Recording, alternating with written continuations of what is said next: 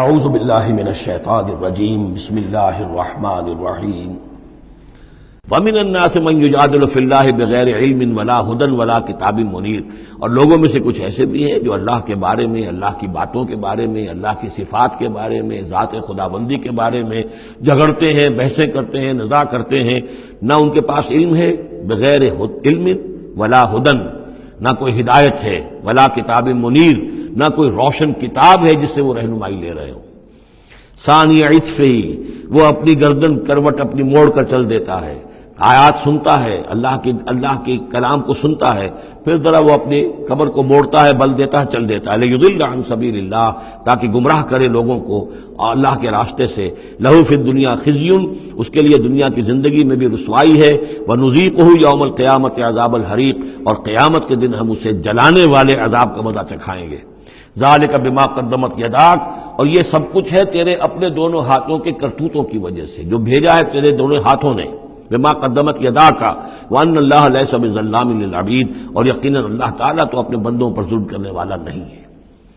ومن الناس من يعبد الله على حرف فإن أصابه خير اطمأن به وإن أصابته فتنة انقلب على وجهه خسر الدنيا والآخرة ذلك هو الخسران المبين۔ لوگوں میں سے کچھ ایسے بھی ہیں جو اللہ تعالیٰ کی بندگی کرتے ہیں کنارے کنارے، بچ بچ کر۔ یہ وہ روگ جس کو کہا گیا فی قلوبہم مرض، جن کے دلوں میں روگ ہوتا ہے۔ ایک وہ لوگ ہوتے ہیں کہ حق کو قبول کیا، پھر ہر کے بعد منجدھار میں پھر وہ چھلانگ لگاتے ہیں۔ ہر کے بعد ماں کشتی دراب انداختے، ہم نے حق کو قبول کیا، اس کشتی کو ہم نے پانی میں ڈال دیا ہے، اب یہ کشتی تیرے گی تو ہم تیریں گے، یہ ڈوبتی ہے تو ہم ڈوبنے کے لیے تیار ہیں۔ ایک وہ ہے جو چاہتے بھی ہیں حق کے ساتھ چلنا، لیکن کنارے کنارے گہرے پانی میں نہیں جانا چاہتے، خطرات مول نہیں لینا چاہتے، اپنے لیے جان اور مال جو ہے اس کو بچا بچا کر۔ جو اقبال نے کہا تو بچا بچا کے نہ رکھی سے تیرا آئینہ ہے وہ آئینہ، کہ شکست ہو تو عزیز تر ہے نگاہ آئینہ ساز میں۔ لیکن یہ کچھ لوگ بچ بچ کر چلنا چاہتے ہیں، کوئی گردن نہ پہنچ جائے، کوئی نقصان نہ ہو جائے، کوئی ہمیں قربانی نہ دینی پڑے۔ وَمِنَ النَّاسِ مَن يَعْبُدُ اللَّهَ عَلَىٰ حَرْفٍ، کنارے ساتھ۔ فَإِنْ أَصَابَهُ خَيْرٌ اطْمَأَنَّ بِهِ، اگر خیر آئے تو مطمئن رہیں گے۔ وَإِنْ أَصَابَتْهُ الْفِتْنَةُ انقلب عَلَىٰ وَجْهِهِ، اور اگر کوئی فتنہ آ گیا، آزمائش آ گئی، کوئی قربانی کا وقت آ گیا، پکار آ گئی، نکلو اللہ کی راہ میں اور لاؤ اللہ کی راہ میں، تو وہ اپنے چہروں کے بل اوندھے گر جاتے ہیں۔ خسرت دنیا والآخرہ، یہ خسارہ ہے، یہ گھاٹا ہے، یہ نقصان ہے دنیا اور آخرت دونوں کا۔ ذالک هو الخسران المبین، اور یہ بہت ہی نمایاں اور واضح تباہی ہے۔ ایک میں بات عرض کرنی رہ گئی ہے کہ سورہ حج کے بارے میں بعض جگہ آپ نے دیکھا ہوگا لکھا ہوا کہ یہ اس کو مدنی بھی مانا گیا ہے، لیکن یہ واقعہ ہے کہ اس سورہ مبارکہ کے اندر بعض آیات ایسی ہیں کہ جو یا تو مدنی ہیں، اور بعض آیات کے بارے میں مجھے پھر وہ ایک قول مل گیا تھا حبر الامہ حضرت عبداللہ ابن عباس رضی اللہ تعالی عنہما کا، وہ میں بعد میں انشاءاللہ وہ کل ہم پڑھیں گے۔ وہ آیات نازل ہوئی ہیں اثناء سفر ہجرت میں۔ ظاہر بات ہے کہ جب حضور مکے سے نکل آئے ہیں اور جا رہے ہیں تو کتنے دن لگے ہیں، کوئی وہ چند گھنٹے کا، 1 گھنٹے کی فلائٹ تو نہیں تھی کہ جو ہوائی جہاز سے آپ چلے گئے ہیں وہ آدھے گھنٹے کی فلائٹ ہے کل، نہیں، لیکن یہ کوئی وقت لگا۔ اس میں بھی جو آیات نازل ہوئی ہیں، اور اس صورت میں کئی آیات ایسی ہیں کہ جن کی بڑی گہری مشابہت آپ کو مل جائے گی سورہ بقرہ کی آیات کے ساتھ۔ چنانچہ شہادت علی الناس والی آیت بھی اس صورت میں بھی ہے، سورہ بقرہ میں بھی ہے۔ لِيَكُونَ الرَّسُولُ شَهِيدًا عَلَيْكُمْ وَتَكُونُوا شُهَدَاءَ عَلَى النَّاسِ، یہ آپ کو سورہ حج کے آخر میں ملے گی۔ جہاد کا لفظ بھی اس صورت مبارکہ میں ملے گا۔ یہ آیت بھی آپ غور کریں گے تو سورہ بقرہ کے دوسرے رکوع میں جو مثال آئی تھی منافقین کا حال یہ ہے، او کصیب من السماء فیہ ظلمات ورعد وبرق یجعلون اصابعهم فی آذانہم من الصواعق حذر الموت واللہ محیط بالکافرین۔ تو یہ جب بجلی جب چمکتی ہے، کوئی روشنی نظر آتی ہے، چل پھر لیتے ہیں، لیکن اس کے بعد پھر جیسے ہی اندھیرا ہوتا ہے کھڑے رہ جاتے ہیں۔ تو بالکل وہی کیفیت ہے کہ جب ذرا حالات صحیح ہوئے، نارمل ہوئے، کوئی خطرہ نہیں، کوئی اندیشہ نہیں، کوئی مطالبہ نہیں، کوئی جنگ کی مہم جو ہے پیش نظر نہیں ہے، تو وہ بڑے چلت پھر دکھا رہے ہیں، حضور کے پاس آ رہے ہیں، باتیں کر رہے ہیں، گویا کہ وہ بھی اہل ایمان کے ساتھ ہیں۔ لیکن جب ذرا مشکل وقت آیا، اوندھے منہ گر پڑے۔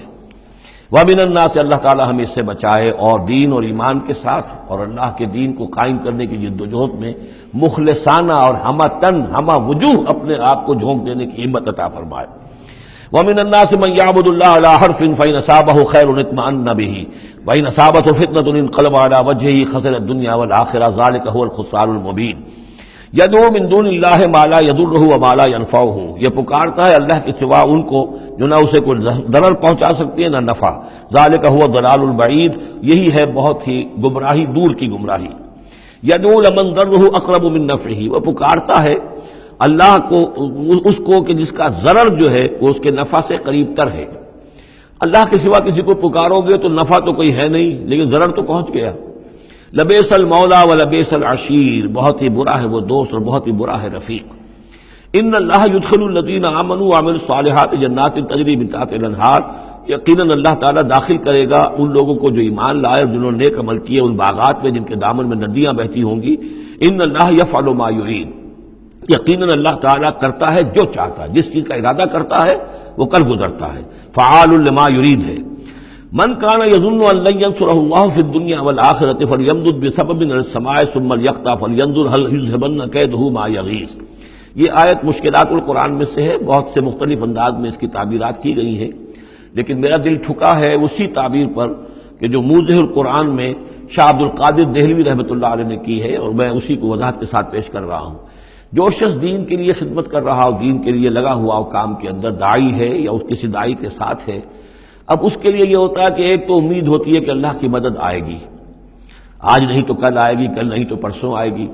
اگر کسی وجہ سے انسان حالات کو دیکھ کر اتنا مایوس ہو جائے کہ اللہ کی مدد کی اسے امید نہ رہے، یہ چیز پھر اس کے لیے بہت بڑی ناکامی کا سبب بن جائے گی۔ امید پیوست رہ شجر سے امید بہار رکھ، اللہ سے مایوس نہیں ہونا چاہیے۔ نہ لا تقنطوا من رحمت اللہ، ٹھیک ہے دیر ہو جائے کوئی حرج نہیں، لیکن یہ کہ یہ اللہ کی مدد آئے گی، اللہ جو ہے نصرت فرمائے گا، اللہ تعالی ہماری مدد کرے گا۔ والذین جاہدوا فینا لنہدینہم سبلنا، جو لوگ ہماری راہ میں محنت کریں گے، جدوجہد کریں گے، ہم لازماً انہیں اپنے راستے دکھائیں گے۔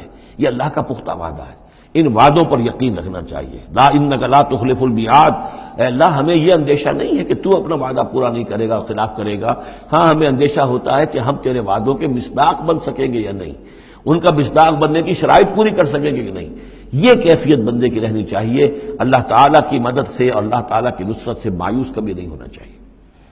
تو اس کی ایک مثال دی ہے کہ اگر کوئی شخص کسی رسی کے ساتھ کہیں اوپر سے ایک رسی ہے اس نے پکڑا ہوا ہے، تو تب تک تو یہ کہ تھاما ہوا ہے، یہ اللہ تعالیٰ کے ساتھ ہے نا، حبل اللہ، یہ قرآن جو ہے القرآن حبل اللہ الممدود من السماء الی الارض، اسی طرح امید اللہ سے رکھنا، رجا رکھنا، یہ بھی گویا کہ ایک معنوی رسی ہے کہ جو اللہ تعالیٰ کے ساتھ ہمیں جوڑے ہوئے ہیں۔ جب تک یہ رسی رہے گی ہمیں سہارا رہے گا، جب یہ رسی کاٹ دیں گے ہم، وہ امید منقطع کر دیں گے تو سوائے اس کے اور کیا ہوگا کہ زمین پر اودے منہ گر جائیں گے۔